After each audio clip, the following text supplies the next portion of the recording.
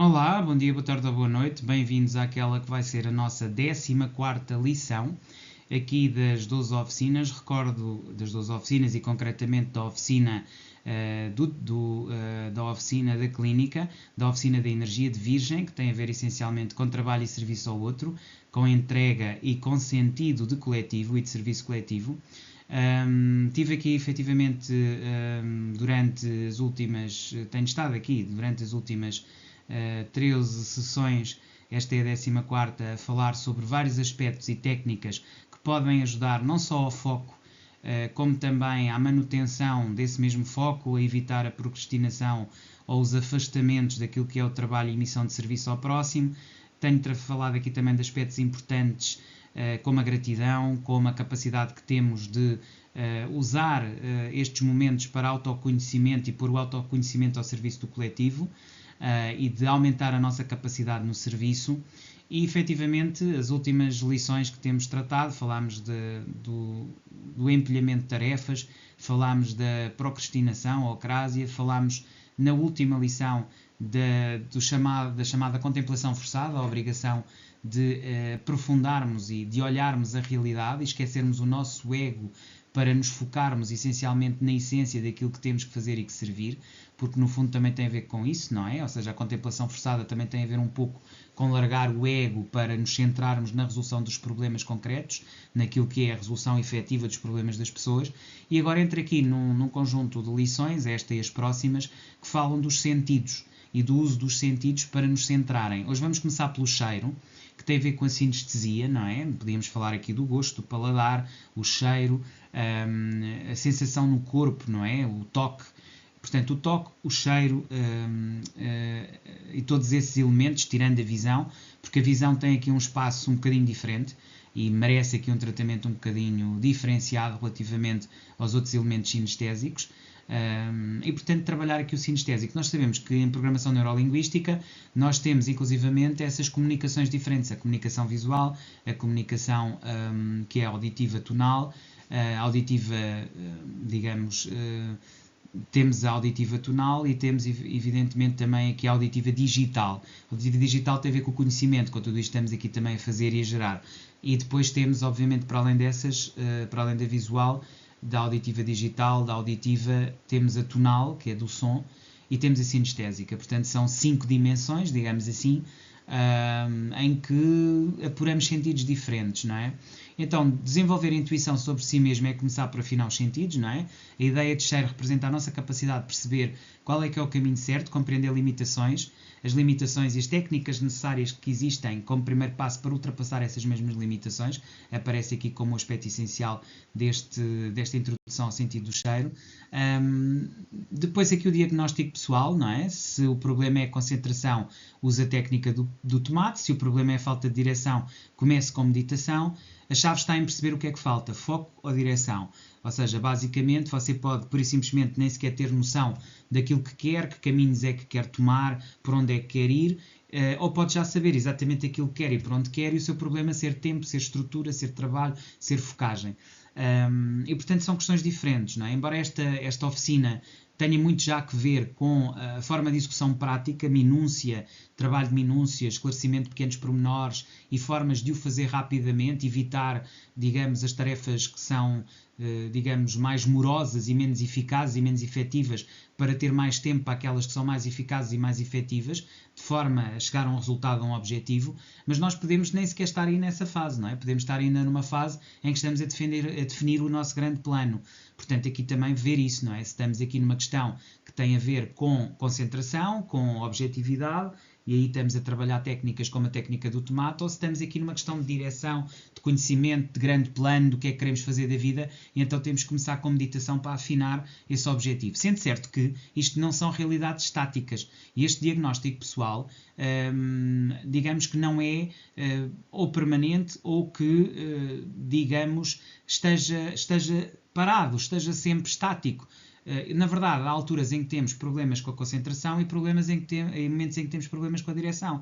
Momentos em que temos problemas de foco e momentos em que temos problemas digamos, de saber exatamente aquilo que queremos da vida, não é? Diria de fundamentos, de ideia, de realidade e de vida que temos. Portanto, são situações que só nós é que sabemos, e mais, e podemos estar num momento em que temos uma direção e um foco claro, e no momento seguinte já não temos, mudamos de atividade, mudamos de realidade, ou a própria vida traz-nos realidades diferentes, sei lá, temos problemas com a família, temos problemas no próprio emprego, perdemos o emprego, temos necessidade de nos adaptar, quer dizer, aí já não estamos a tratar de uma questão de técnicas de foco, mas sim de técnicas de direção. Portanto, a chave está em perceber o que falta, se é o foco ou a direção, o que é que está aqui e o que é que devemos trabalhar. Depois, temos que perceber que há técnicas de foco e direção. Aqui vamos perceber que o foco tem muito a ver com a técnica do tomate, tarefa a tarefa. A direção tem mais a ver com meditação e autoconhecimento, e cada técnica atua em fases diferentes do desenvolvimento pessoal. É evidente, se nós pensarmos até mesmo em termos de vida, embora a nossa vida já não seja linear, este aspecto é interessante, porque durante anos as vidas eram muito lineares, havia um processo progressivo ou de progresso em que a pessoa nascia, a pessoa tinha a primeira educação, namorava, casava, tinha o primeiro emprego, formava família, depois a seguir continuava, eventualmente divorciava-se ou não, mas de certa maneira mantinha aquela vida, e depois reformava-se e teria os seus hobbies na fase da reforma. Tudo isto, este processo, implicava que as sociedades se organizassem para que as pessoas tivessem apenas uma profissão, uma direção durante toda a sua vida. Ora, nós sabemos que isto hoje em dia está completamente ultrapassado, não é de todo verdade. Nós sabemos que hoje em dia as pessoas têm momentos em que têm uma profissão mais ou menos estável, para já trabalham por tarefa, estamos numa sociedade líquida, e aqui trago Zygmunt Bauman, não é? Que nos fala da modernidade líquida, do amor líquido, da sociedade líquida, e isso significa que vivemos numa sociedade onde acontecem cisnes negros e onde temos que ser essencialmente antifrágeis. A antifragilidade implica que hoje temos uma profissão, amanhã temos outra, e mais, podemos ter uma profissão de bicos que é muito mais compensatória do ponto de vista económico do que uma profissão linear na qual a progressão é lenta, e muito provavelmente podemos a qualquer momento perder esse emprego e ficar sem nada. Ou seja, os riscos sistémicos que existem atualmente na tal progressão, no tal crescimento linear, em que a pessoa chega ao fim e tem uma carreira, para além de ser muito mais arriscado e muito mais difícil, também muito menos prazeroso, e do qual se tira muito menos eficácia. E de um ponto de vista do serviço ao outro e do trabalho em prol do outro, do serviço, podemos dizer que essas profissões lineares poderão ser espúrias. Porquê? Porque aquilo que oferecemos é praticamente nada. Ao passo que, quando trabalhamos em várias frentes e temos projetos que levamos às pessoas, estamos a ter uma prática de muito melhor e maior serviço à população e aos outros. Até dessa perspectiva, não só da satisfação pessoal, mas também da eficácia e serviço ao próximo, também temos aqui diferenças claras entre aquilo que é trabalhar no público e trabalhar no privado, aquilo que é trabalhar no linear e aquilo que é trabalhar na mudança permanente de estados e sistemas. Portanto, tudo isto é importante para percebermos as técnicas de acordo também com a nossa motivação pessoal e com o momento pessoal de cada um. Estágios de desenvolvimento pessoal: descoberta da missão através da autoestima, planeamento da ação através da autoconfiança e execução focada através da disciplina e técnica. Entender o estágio em que você está é essencial. Portanto, este é um aspecto também importante perceber. Primeiro temos de descobrir a missão, o planeamento da ação, e como vimos, existem missões diferentes, umas lineares, outras que são mais complexas, que são mais líquidas, e hoje em dia tendemos para sociedades cada vez mais líquidas. Portanto, falamos de missão a missão, descoberta da missão, autoestima, planeamento da ação, autoconfiança, execução focada, disciplina e técnica, e depois a partir daqui você entende o estágio em que está, e isto torna-se essencial no seu desenvolvimento pessoal e no estágio de desenvolvimento pessoal.